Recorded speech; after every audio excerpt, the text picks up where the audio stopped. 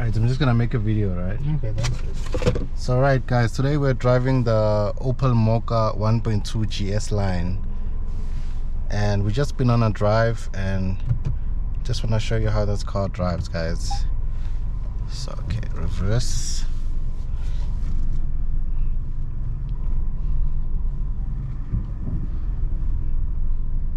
So what I found with this power plant is that it is very, very responsive, especially if you put it into sports mode. It's turning heads. It's turning heads. Yeah. People are looking. It's turning heads, people are looking. So I'm sitting with Christian next to me. We're going on a quick drive with this Opel Mokka. Because yeah, when you put it on normal mode, when you start it up, this is a very bumpy road, by the way, so but this car just soaks it up very well. The suspension is not too hard where if you hit a bump, you know, you crack your back or something like that. So here it's nice and supple. It rides over the bumps really well. It is a bit jiggly, but which car isn't? It's just suspension. And it responds very well on normal mode. When you're just driving, you wouldn't even need a sports mode because of how responsive it is. It also has a manual mode and pedal shifters if you want to shift for yourself. But yeah, on a normal basis, normal mode, D, automatic, it'll just do everything for you very, very well. There's also an eco mode if you want to save a bit of fuel. But the cabin is really quiet. Everything you touch is quality about this car. That's why it's priced the way it is priced and rides the way it rides, because nothing was held back here in terms of tech, in terms of driving experience. So we're still in normal mode.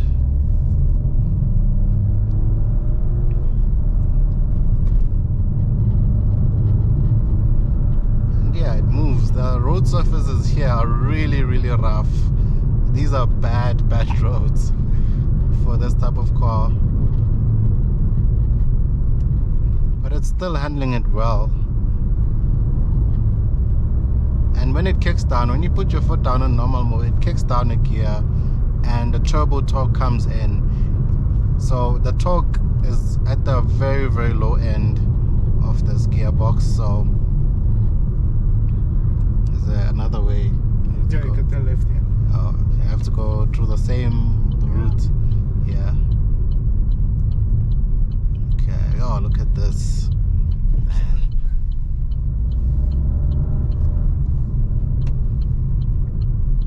So unlike the older turbo cars, this car, the torque is tuned for down low, so that, you know, from robot to robot, from when you're overtaking and it kicks down a gear, the turbo torque comes in right there. And yeah, this is how most modern engines are tuned. Unlike the old days where you had to wait ages for the turbo to kick in, and then when it kicked in, it was, you know, scary. This is just normal. It's one of the most powerful cars in its class. The small luxury SUV class, your VW Tigos, your Ford Pumas. This is more powerful than the Ford Puma, guys. The Ford Puma had 92 kilowatts. This has 96, and it feels it. I don't know how they tuned this engine, but it just feels so much more powerful, so much more responsive than the competition. So yeah, hopefully we can get a drag race, a small SUV drag race. Opel Mokka versus VW Tiggo versus Ford Puma, yes. And maybe the, what is it, Hyundai Venue N line. I think they do have an N line. So yeah. So now it's normal. Let's just go sports mode. And then the dials change to become red. It's angry. It's angry now, yeah. And the response is that it's peak traffic right here. But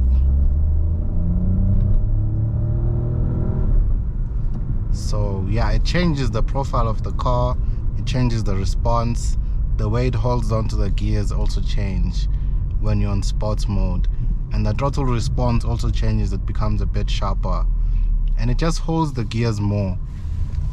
So if you want, you can put it into manual mode, and M1 right now, and you change the gears yourself. M2. And the tech in this car, guys, there's so much tech. It has massaging seats, it has lane keep assist, adaptive cruise control, a lot of things that, you know, are included as standard in the GS line that you may not get in other cars, even if you pay a higher price. So that's the good advantage of this car, that it has a lot of features that you might not expect in this type of vehicle. And it's really quiet. The engine makes a good sound, so that's another thing. The engine makes a good sound. And yeah, it's just a very, very stylish, very good commuter.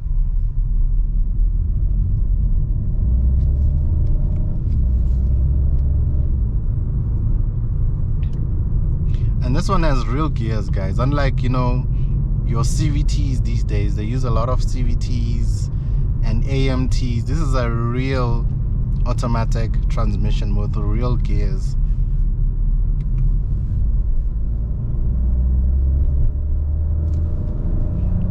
It feels so much faster than 96 kilowatts. I think I would put it towards the Haval Julian type of performance, but this is way more sophisticated. The Haval Julians tend to lag when it comes to gear changes. This one is very snappy. The moment you touch the pedal, everything is already well configured here.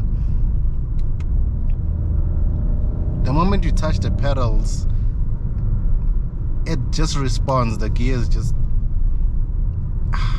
it's seamless. It's seamless. And most people who are buying this car will be driving it in just normal D automatic normal mode, and it's just fine like that. You don't really need to put it into sports mode to actually feel how this car drives. But those gear changes